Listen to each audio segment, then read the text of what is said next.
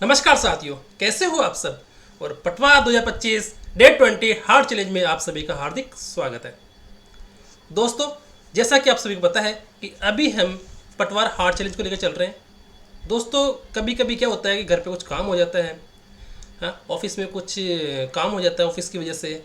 और आपको पता है कि हम ऑफिस में काम करते हैं तो बाहर रहना पड़ता है, ड्यूटी भी बाहर है, तो घर पे आते हैं तो स्टूडियो साथ लेके नहीं आना हो पाता है। इसी वजह से आप लोगों की कभी कभी क्लासें नहीं हो पाती है। मैं कोशिश करता हूँ कि क्लास रेगुलर रहे, पर फिर भी कभी कभी कुछ काम आ जाता है। ठीक है, चलो शुरू करते हैं आज की क्लास डे 20 औसत। देखो, प्रथम 15 प्राकृत संख्याओं का औसत क्या है। दोस्तों, आप लोगों को पता है कि मैंने आप लोगों को एक चीज़ बताई थी कि प्राकृत संख्याओं का योग क्या होता है। सबसे पहले तो ये देखो कि प्राकृत संख्याओं का योग क्या होता है। प्राकृत संख्याओं का योग,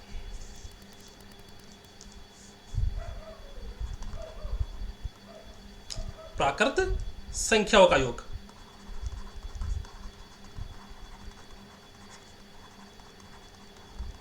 क्या होता है? N of N plus one by two. प्राकृत संख्या का योग ये होता है कि n of N plus one by two. ठीक है, अब हमको पता है कि योग ये है, तो औसत क्या होगा? हाँ, प्रेक्षणों का योग तो ये हो गया। योग कितना हो गया? N of N plus one by two. और प्रेक्षणों की संख्या कितनी है? एन है, तो एन का भाग लगा देंगे, तो एन से एन कैंसिल हो गया, तो औसत हो गया N plus one by two. ठीक है, जहाँ एन बराबर कितना है यहाँ पर? 15, तो एन बराबर 15 है, तो 15 प्लस वन बाई टू कितना हो गया?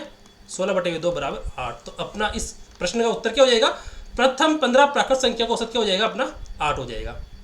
ठीक है दोस्तों, क्वेश्चन बहुत ईजी है। अगर आप लोगों को समझ में आता है तो क्वेश्चन बहुत ईजी है, और अगर समझ में नहीं आ रहा है तो आपको पता है कि एग्जाम के अंदर क्वेश्चन ये तो है नहीं कि अपने एक दो क्वेश्चन आएंगे। कम से कम आप लोगों को पता है कि पटवारी में 45 क्वेश्चन आने के चांस है, तो 45 में से कम मान लो कि 25-30 क्वेश्चन हमारे गणित के आएंगे। ठीक है, प्रथम 25 प्राकृत संख्या का औसत क्या है? मैंने आप लोगों को अभी बताया था कि अपना जो योग होता है प्राकृत संख्याओं का योग, वो क्या होता है? N of N plus one by two. ये होता है N of N plus one by two, प्राकृत संख्याओं का योग। अब आप लोगों को पता है कि प्राकृत संख्या का योग ये है, तो अब औसत निकालेंगे तो एन का भाग लगाएंगे, तो क्या हो जाएगा? N of N plus one by two बटे हुए एन। एन से एन कैंसिल हो गया, तो अपना औसत क्या हो जाएगा? N plus one by two. तो यहाँ एन का मान कितना है प्रथम प्राकृत संख्याओं का? 25 है, तो 25 प्लस वन बाई टू बराबर 26/2 बराबर कितना हो जाएगा? 13। तो अपना औसत कितना हो जाएगा? 13। ठीक है दोस्तों, अपना औसत कितना हो जाएगा? 13। यहाँ तक समझ में आ गया आप लोगों को मेरी बात। अब आगे देखते हैं। प्रथम 100 प्राकृत संख्याओं का औसत क्या है? अब देखो, यहाँ पर 100 की बात आ गई। अब मैंने आप लोगों को बताया था कि औसत अपना क्या हो जाएगा? औसत n plus one by two. तो n का मान कितना अपना? 100, तो 100 प्लस वन बाई टू यानी 101/2। इसको अपन सोल्व करेंगे, क्या आएगा? 50.5। तो अपना औसत कितना हो गया यहाँ पर? 50.5। ठीक है दोस्तों, आगे देखते हैं। प्रथम 15 पूर्ण संख्याओं का औसत क्या है? अब यहाँ पर पूर्ण संख्या आ गई, प्राकृत संख्या नहीं पूछी यहाँ पर पूछा है पूर्ण संख्या। तो पूर्ण संख्या होती है अपनी 0, 1, 2, 0 से स्टार्ट होती है। प्राकृत संख्या तो होती है, पर पूर्ण संख्या में क्या होता है? 0 से स्टार्ट होती है। 0 लगाने पर प्राकृत संख्या क्या बन जाती है? पूर्ण संख्या बन जाती है। तो 0, 1, 2, 3, 4, डेढ़ बराबर 13 और 14। अब बताओ, अगर अपन इसका योग करेंगे तो क्या 0 जुड़ेगा? क्या? हाँ, 0 जुड़ेगा, पर उसका कोई मोल नहीं होगा। उसका क्या होगा? कोई मोल नहीं होगा। तो अब बताओ मुझे इसका क्या आंसर होगा। तो अपन ने देखा था कि कोई संख्या होती है जैसे 1, 2, 3 डेढ़ करके n, तो उस संख्या का औसत क्या होता है? अपना प्रथम संख्या प्लस अंतिम संख्या बटे हुए 2, ये होता है ना। तो इसमें प्रथम संख्या कितनी है? 0। अंतिम संख्या कितनी है? 14/2। ठीक है, तो 14/2 बराबर 7। तो इसका औसत कितना आ गया? 7। ठीक है दोस्तों, आगे देखते हैं। 1 से 5 तक की संख्याओं के वर्गों का औसत ज्ञात कीजिए।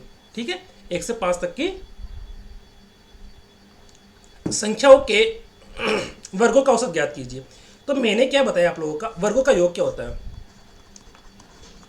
वर्गों का योग होता है N of N plus one two N plus one by 6। ये तो प्राकृत संख्याओं के वर्गों का योग हो गया। अगर अपन को औसत निकालना है, तो औसत निकालना तो अपन को इसमें n का भाग लगाना है। तो क्या होएगा? N of N plus one two N plus one by 6 बटे हुए n। ठीक है, तो n से n कैंसिल हो गया, तो अपने पास औसत क्या आ जाएगा? n प्लस वन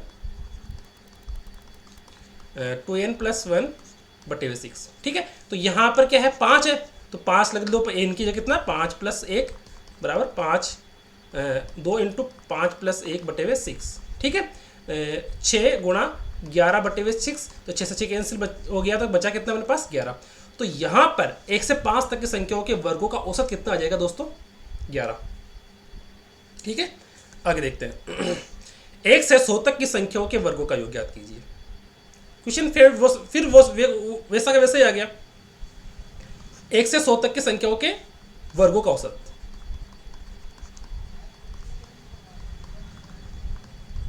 ठीक है, वर्गों का औसत ज्ञात करना है अपने को। तो वर्ग कितने हो गए देख लो दोस्तों 1 का स्क्वायर 2 का स्क्वायर प्लस 3 का स्क्वायर डैश डैश 9 का स्क्वायर प्लस 10 का स्क्वायर। ठीक है, ऐसा हो गया। अब अपन को वर्गों का स्क्वायर औसत ज्ञात करना है। तो वर्ग का औसत क्या होगा n+1 to n+1/6, यही है ना। तो n+1 का n का मान कितना हो गया यहाँ पर 10, तो 10 + n और 2 × 10 + 1 बटे हुए 2 सॉरी 6, तो 11 गुणा 21 बटे हुए 6, तो 3 से कटेंगे तो 3 से ये 2 बार कटेगा और ये 7 बार, तो 1177 बटे हुए 2। ठीक है, इसको अपने यहाँ लिख देते हैं 77 बटे हुए 2। इसको अपन किसी प्रकार से लिख देंगे 8 दूनी 16 38.5। ठीक है, आगे देखते हैं कि 1 से 5 तक के घन का औसत ज्ञात कीजिए। अब जब अपने को पता है कि घन कैसे निकालते हैं बताओ, घन का योग, पहले तो घनों का योग देखो, प्राकृत संख्याओं के घनों का योग, प्राकृत संख्याओं के घनों का योग कैसे निकालते हैं n+1/2 का होल स्क्वायर। ठीक है, सोल्व करो भाई, n² गुणा n+1 का होल स्क्वायर बटे हुए 4। ठीक है, ये तो हो गया योग, ये तो हो गया अपना योग। अपने को औसत निकालना है, जब औसत निकालना है तो n का भाग लगाएंगे। ठीक है, तो n का भाग लगाएंगे पर क्या आएगा n² n+1 का होल स्क्वायर बटे हुए 4 बटे हुए n। तो n से n मतलब एक n कैंसिल हो जाएगा, तो यहाँ पे n² से n बच जाएगा, तो अपने पास औसत क्या जाएगा n+1 का होल स्क्वायर बटे हुए 4। ठीक है, ये फॉर्मूला हो गया, फॉर्मूला आ गया। तो अपने पास n का मान क्या रखना है 5 रखना है, तो 5 रखो भाई, 5 गुणा 5 + 1 का होल स्क्वायर बटे हुए 4, 5 गुणा 5 × 6, 6 का स्क्वायर कितना होता है 36, 36 बटे हुए 4, 4 का भाग इसमें कितनी बार जाएगा 9 बार, तो 5 9 45, तो अपना औसत कितना आ गया दोस्तों 45। क्वेश्चंस तो बहुत ईजी है, क्वेश्चंस तो बहुत ईजी है। ठीक है दोस्तों जैसा कि आपको पता है कि गर्मी आ गई है, तो कुछ न कुछ बोलते समय अपने को पानी पी लेना चाहिए, क्योंकि फिर वो बोलते हैं चुस्की आ जाती है ना, इस प्रकार से। पहले 55 विषम संख्याओं का औसत ज्ञात कीजिए। जैसे विषम संख्या कौन सी होती है अपनी 1 3 5 7 9 डेश करके है ना, 55 तक है। तो अपना जो औसत होता है ना विषम संख्याओं का औसत, वो होता है विषम संख्या, पहले तो देखो कि विषम संख्याओं का योग,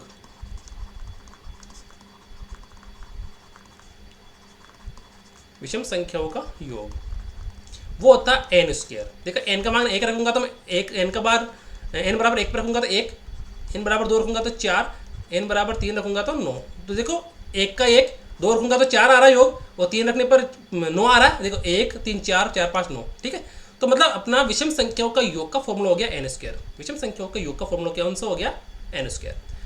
अब अपन का इसमें अगर औसत निकालना है तो अपन को इसमें n का भाग लगाना पड़ेगा। तो n का भाग लगाएंगे तो क्या आएगा n² बटे हुए n बराबर n। तो मतलब क्या हुआ कि 55 विषम संख्याओं का औसत क्या होगा 55, जो n है वही औसत होगा। मतलब यहाँ पर n की वैल्यू कितनी है 55, तो औसत कितना हो गया अपना यहाँ पर 55। ठीक है, आगे देखते हैं। पहले 950 विषम संख्याओं का औसत ज्ञात कीजिए। पहले 950, तो यहाँ पर n बराबर कितना है 950, तो अपना औसत क्या आ जाएगा दोस्तों 950। ठीक है, आगे देखते हैं।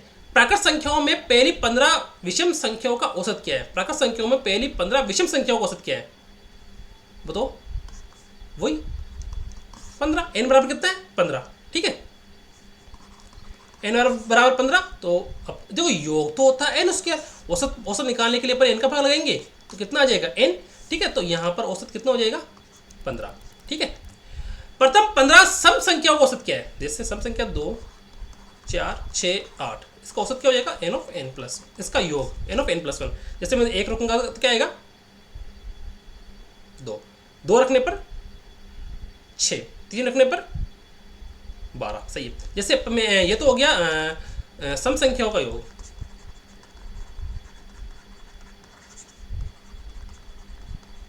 कितना? n बराबर 1 पर 1, 1 प्लस 1 बराबर 2, n बराबर 2 पर 2, 2 प्लस 1 बराबर 6, n बराबर 3 पर 3, 3 प्लस 1 4 3 12, ठीक है। तो अब अपन को इसमें n का पता लगाना है औसत के लिए, तो क्या हो जाएगा? n ऑफ n प्लस 1 बटे हुए n का भाग लगा दिया तो n से n कैंसिल हो गया, तो अपने पास औसत क्या बच गया? n plus 1। तो बताओ मुझे 55 संख्या है तो 55 प्लस 1 तो 56 अपना क्या हो गया? यहाँ पर औसत हो गया।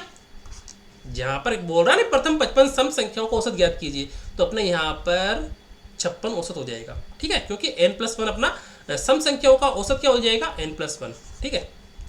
आगे देखते हैं 10 से 50 तक की प्राकृत संख्या का औसत क्या है? 10 से 50 तक की अपन ने पढ़ा था कि a प्लस एन बाई 2 औसत होता है, तो यहाँ पर a का मान कितना? 10, n का मान 50 बटे हुए 2, तो यानी 60 बटे हुए 2 बराबर 30, तो यहाँ पर औसत कितना हो गया दोस्तों? 30 हो गया, ठीक है। दोस्तों क्लास कैसी लगी? क्लास कैसी लगी दोस्तों आप कमेंट करके बता सकते हो, ठीक है दोस्तों। आज के लिए इतना ही, मिलते हैं नेक्स्ट क्लास के अंदर। तब तक के लिए best of luck, thank you.